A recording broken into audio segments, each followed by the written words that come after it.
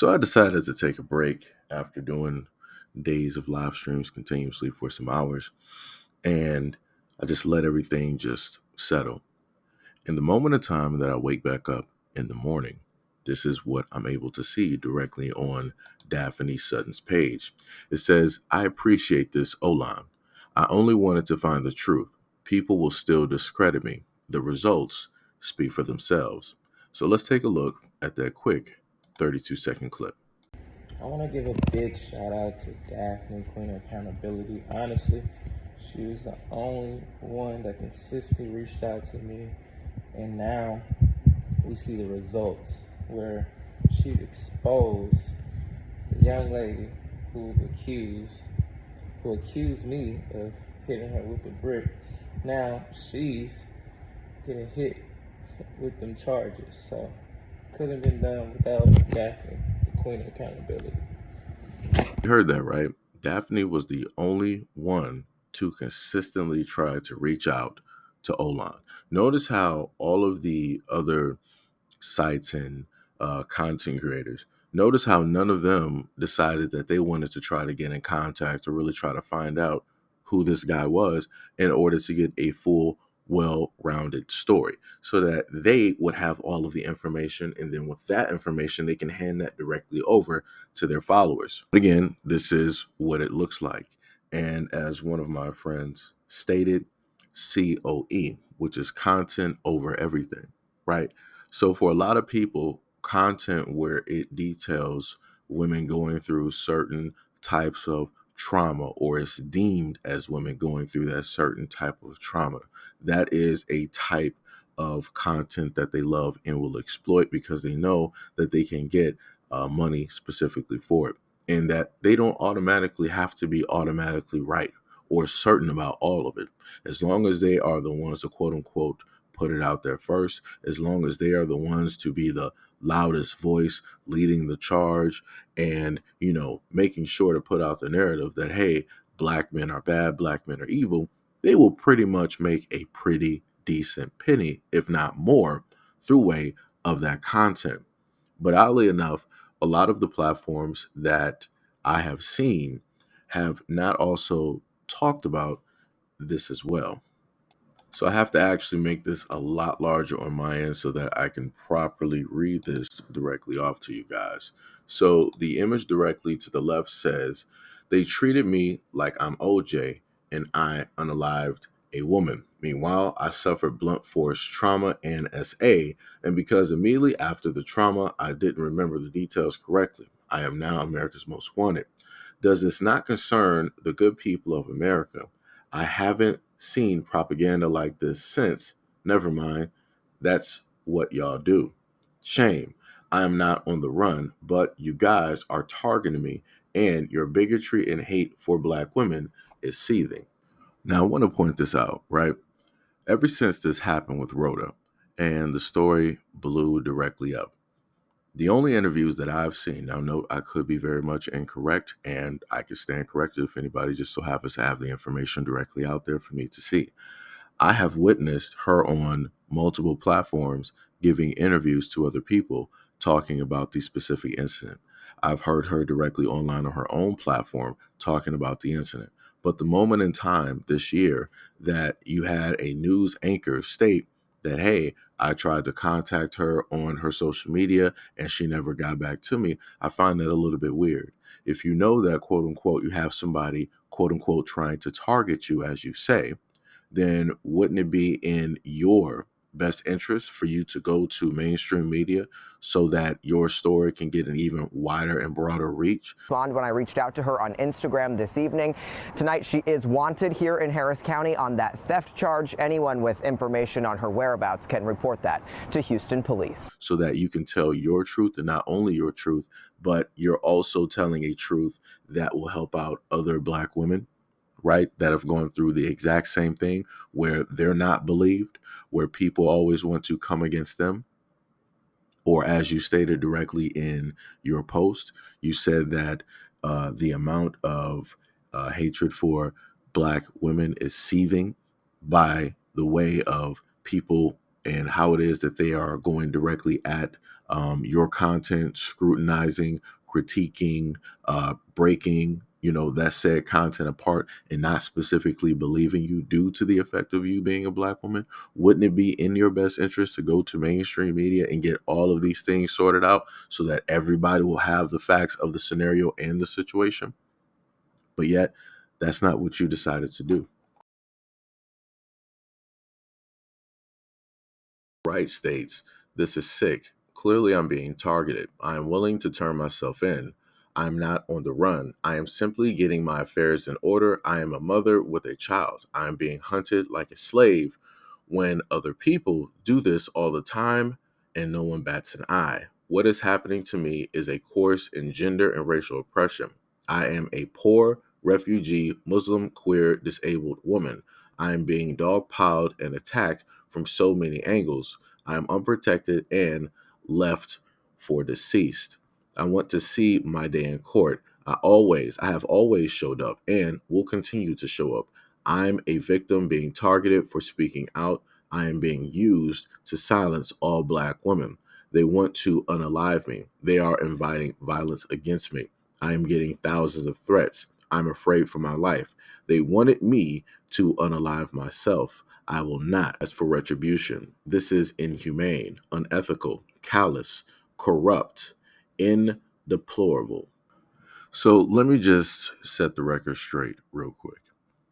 The main content creators that I have witnessed and watched, and I've heard their opinions, none of them have ever advocated or asked for an unaliving to take place at all.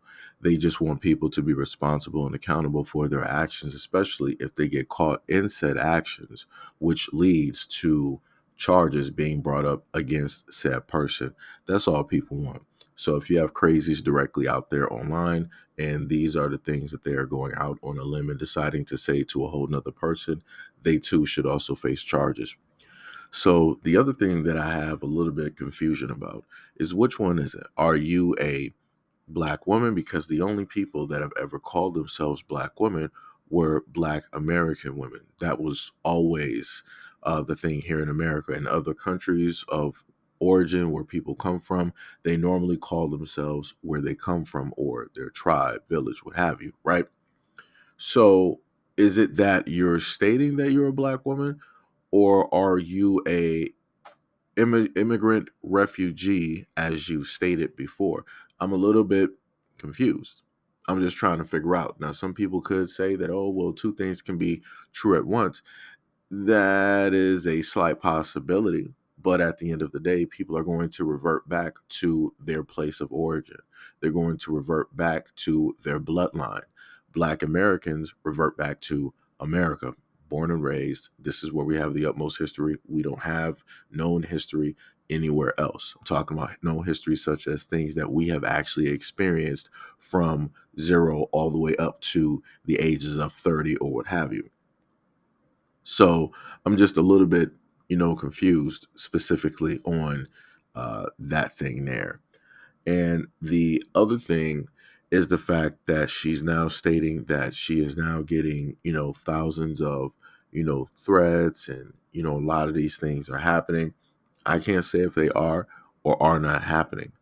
I know that people have been talking about this story since it happened. I know that people have been mentioning the story since it happened. And now all of a sudden, 2024, when we all thought that the story was put to bed and that was it came right back up because she was online showing off and doing a variety of things. She also stated that, quote unquote, she knew who the man was.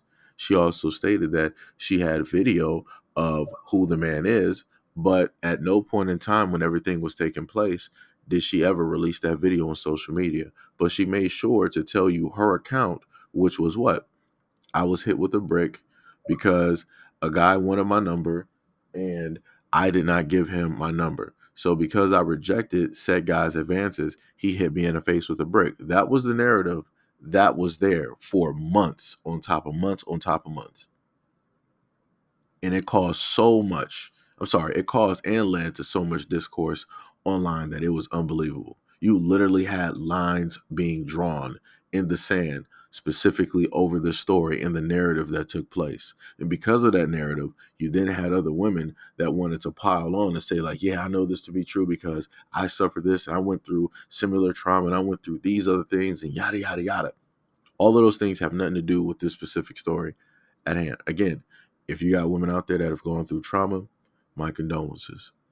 But again, it has nothing to do with this story here. We're talking about two people that had an interaction at the club. We're not talking about everybody else's lived experiences. We're not talking about other people's traumas or other people's lived experiences and traumas that you've never experienced, but you want to carry those as if they are your own. And then you want to blanket those and use those in order to prop up and have a leg to stand on when it has to deal with conversations such as this, more so specifically when it deals with a black man being the villain of the story.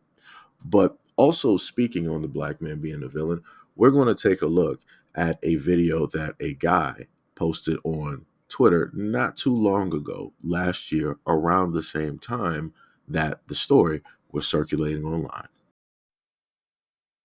I wanted to start this off by saying I don't condone violence against anybody, especially against women.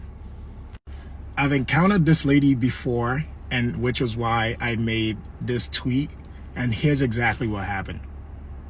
So sometime in June, me and my friends were coming out of this after-hour spot when she and a dude were squaring off outside.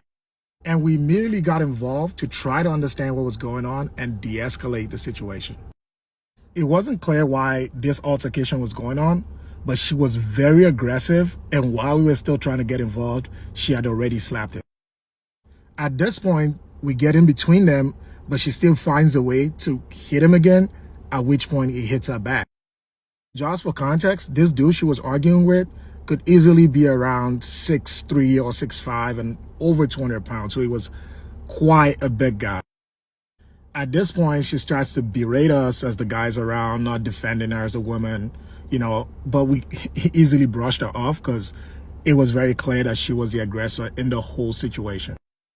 And here's where it gets a little weird, or maybe a little interesting. So she picks up her phone, calls 911, yelling, screaming, sounding very distressed, as if she was being violently attacked in this moment. And then she walks away, so we think this is the end of this whole ordeal or situation.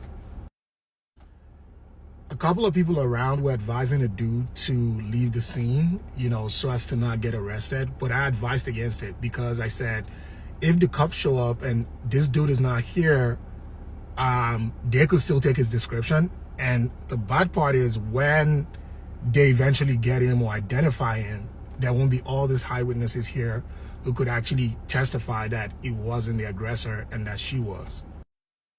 While we were having this conversation outside, she actually showed up again, dragging a dude out the club or the lounge to actually come defend her. The dude gets there, is acting all confused, like what's going on. And before he can even utter a word or see anything else, she proceeds to hit this guy again, making it the third time. And at this point, everybody's kind of like yelling and screaming at her to just cut it out, while also restraining the guy to not further hit her or do anything negative to her. So why does all this matter? There are at least 3 inconsistencies in her story. One, she says all of this happened because she only didn't give a guy her number. The eyewitness account from the scene says otherwise. She also claims that she's never heard anyone, but multiple videos she's posted on her page seem to also disprove this point. She also says she doesn't go out a lot. I think a lot of the things that she posted also disprove this point. And that's at least 3 things from the things that she's shared publicly, aside from my own personal experience.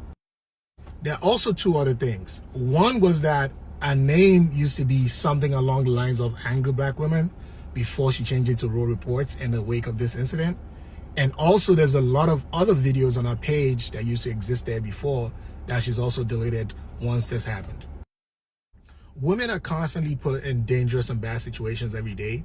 And I believe that potentially untrue stories like this one, or half-truths at best, create this dangerous scenario where women are doubted when they actually come out with their stories. Stories like this, stories like Kali Russell, stories like Kadia Iman are very dangerous because of that specific reason. Now, we heard that man's accounts, right? And if, correct me if I'm wrong, but I could have sworn there were two men that were actually a part of that situation. The one where there was the initial engagement, and then a second one when she decided to go into the club and for per what he stated and bring a man out in order to quote unquote defend her. And the dude was just bewildered, confused, deer caught in headlights because he don't know of anything that is specifically going on. And the other thing I want to point out is the ending statement that he made. He said that narratives such as this, where you have women that decide to put out these type of accusations or these narratives that have no validity, set a very dangerous precedence, because now you have people out here lying for some type of profit, celebrity, or some type of fame, and which leads actual real victims of these types of crimes very much truly so defenseless, because nobody's going to come to their aid. Nobody's going to defend them because they're not going to know what to defend or what to believe, because you've had so many women before them tell a larger and larger and larger and larger story. So it's just like the boy who cried wolf. It's going to get to the point where all of these fake stories are going to get bigger and bigger and bigger. And then when an actual story, when real incidences actually happen, nobody's going to turn around and believe it. And then the inevitable result is going to be of what was stated again, which Rose said is that this is, very misogynistic. This is anti-Black woman. This is just nothing but Black women bashing, right? These are the things that she stated. And the other thing that I want people to also remember, in one of the captures that I have here, should be to the left or the right, I think more specifically it's to the left, she stated that SA happened to her. So I'm just trying to remember when she was hit with the brick, I never heard anything about any type of essay. And I have the video where she was stating, look at all of these Black men. They saw this dude hit me with a brick and they didn't do anything. They didn't even try to defend me. They didn't try to stop him. They didn't hold the dude there for the police. At no point in time there did I hear her state that any type of essay happened. Nothing. Even when we go back to the police report where they were in the back of the car where supposedly a hit happened, the best friend said that she heard Rose say, ow, why did you hit me? But she didn't hear an argument or anything like that that led up to it, right? And nor anywhere in there, in that report, did it list that any type of SA took place in the car, outside of the car, around the car, while the guy was waiting for another car to get into. We didn't hear any of that. So again, I'm just trying to figure out what specifically are we talking about at this moment in time, because it seems like more and more things are now being added to the story of a person that basically stated that they suffered blunt force trauma and they can't immediately remember, what the specific details correctly, right? Those are her own words. Because of the blunt force trauma, I can't correctly remember. So how do we know that this whole story is even true if she can't even really remember? All we're doing is just what? Going directly off of what it is that she stated for face value. Like I said, this is why I tell people, you might as well get a full, well-rounded story and try to listen to all the perspectives of the accounts of the people that were there. So we got Olan, who was the guy that was stated to have hit Ro. We got Ro herself in the many tales that she has told all over social media. And then you also got what the best friend stated by way of the police report that anybody can see directly on any news site. And last but not least, I want to leave off with the fact that this was listed as mutual combat, which means that nobody is the victim here. One person hit another and the other person hit back. But more specifically, Ro hit that man first, and the man sat up there and responded and hit her back.